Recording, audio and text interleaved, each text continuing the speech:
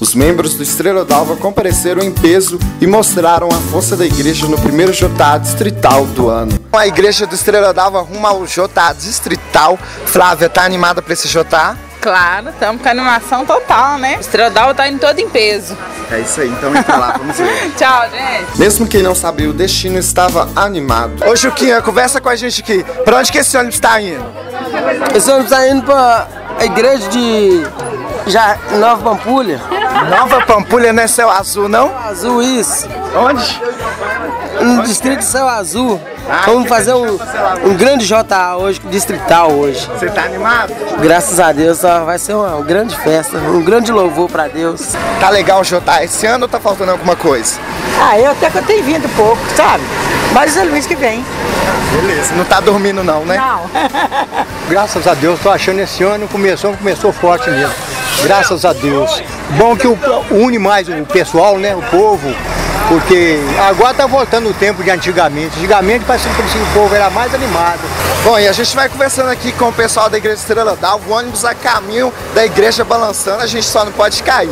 Ô Natália, e o encontro desses jovens esse ano? Tá bacana? Tá muito bom, temas maravilhosos, o pessoal tá apoiando, só tá faltando mais gente aí para poder melhorar ainda, mas tá muito bom.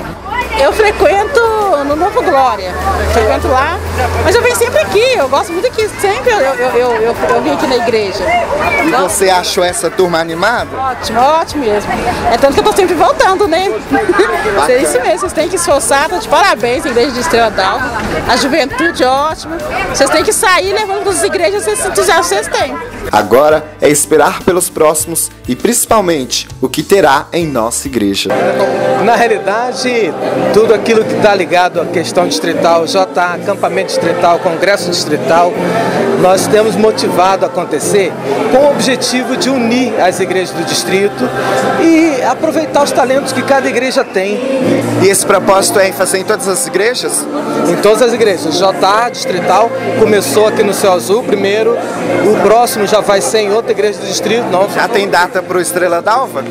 Nós não, quer dizer, existe a data, mas eu ainda não estou informado, porque amanhã nós vamos ter a comissão de planos aí que eu vou saber quais as igrejas que vão ser contempladas, mas a ideia é de haver um rodízio em todas as igrejas.